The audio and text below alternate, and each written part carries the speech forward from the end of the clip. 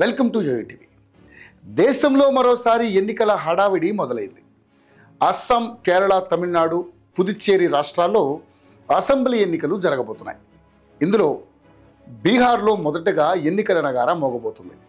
ఈ నేపథ్యంలో అక్కడి ఎన్డీఏ కూటమి, మహాగఠబంధన్లు ఇప్పటికే ప్రచారాల్లో బిజీ అయిపోయాయి. నోటిఫికేషన్ విడుదలనే తరువాయి అన్నట్లుగా నేతలు కూడా ఉన్నారు. అయితే బీహార్ ఎన్నికలకు సంబంధించిన కొన్ని నిబంధనలు ఈసీ ఇటీవలే ప్రకటించింది. ఈవీఎంలపై గుర్తులతో పాటు అభ్యర్థుల కలర్ ఫోటోలు కనిపించేలా చర్యలు తీసుకోవాలని నిర్ణయించింది. పోలింగ్ సమయంలో ఈవీఎంలపై గుర్తులతో పాటు అభ్యర్థుల కలర్ ఫోటోలు ఉండడం ద్వారా ఓటర్లు తమకు నచ్చిన అభ్యర్థులను మరింత సులభంగా ఎన్నుకోవచ్చు. ఈవీఎం ప్యానెల్లో సంఖ్య తర్వాత అభ్యర్థి పేరు, వారి కలర్ ఫోటో, గుర్తు ఇలా ఆర్డర్లో వరుసగా ఉంటాయి. బీహార్ ఓటర్ల జాబితాతో పాటుగా ఈవీఎంలపై ప్రతిపక్షాలు తీవ్ర ఆరోపణలు చేస్తున్నాయి. ఇక ఈవీఎంలు ట్యాంపరింగ్ అవుతున్నాయి అంటూ ఎప్పటి నుంచో కూడా అనుమానాలు వ్యక్తం అవుతున్నాయి. ఈ క్రమంలోనే కొత్త సంస్కరణలో భాగంగా ఈవీఎంలపై గుర్తులతో పాటు అభ్యర్థుల కలర్ ఫోటో ముద్రించాలని ఎన్నికల సంఘం నిర్ణయించినట్లు తెలుస్తోంది. ఇప్పటి వరకు గుర్తును చూసి మాత్రమే ఓటర్లు ఓటు వేసేవారు.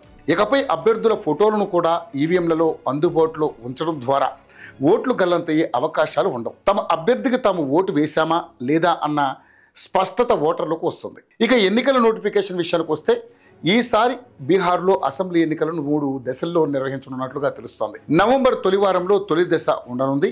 ఎన్నికల సంఘం డ్రాఫ్ట్ ప్రపోజల్ ద్వారా ఇది ఒక అంచనా మాత్రమే. బీహార్ అసెంబ్లీ ఎన్నికలకు సంబంధించిన షెడ్యూల్ను అక్టోబర్ మొదటి వారంలో ఈసీ ప్రకటించనుంది. దాత్ పూజా సంబరాలు ముగిసిన తర్వాత ఎన్నికల ప్రక్రియ చేపట్టాలన్న ఆలోచనలో ఈసీ ఉన్నట్లుగా తెలుస్తోంది. 3 దశల్లోనే ఎన్నికల ప్రక్రియను పూర్తి చేయాలని ఈసీ ప్రణాళిక చేసినట్లుగా భావిస్తున్నారు. ఇక బీహార్ అసెంబ్లీ కాల పరిమితి నవంబర్ 22న ముగుస్తుంది.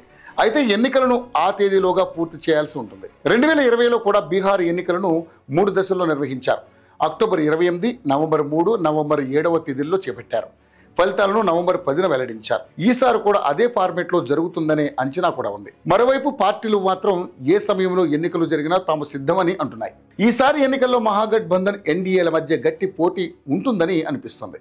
మరోవైపు ఎన్డీఏలో నితీష్ కుమార్ మోడీకు పూర్తిగా అండగా ఉంటున్నారు.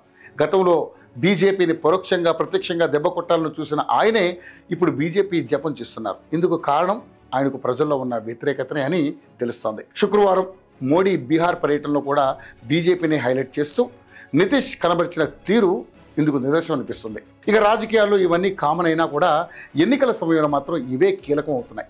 మొత్తంగా చూసుకుంటే ఈసారి బీహార్లో ఎన్నికలు అత్యంత పారదర్శకంగా జరుగుతాయని అర్థమవుతుంది.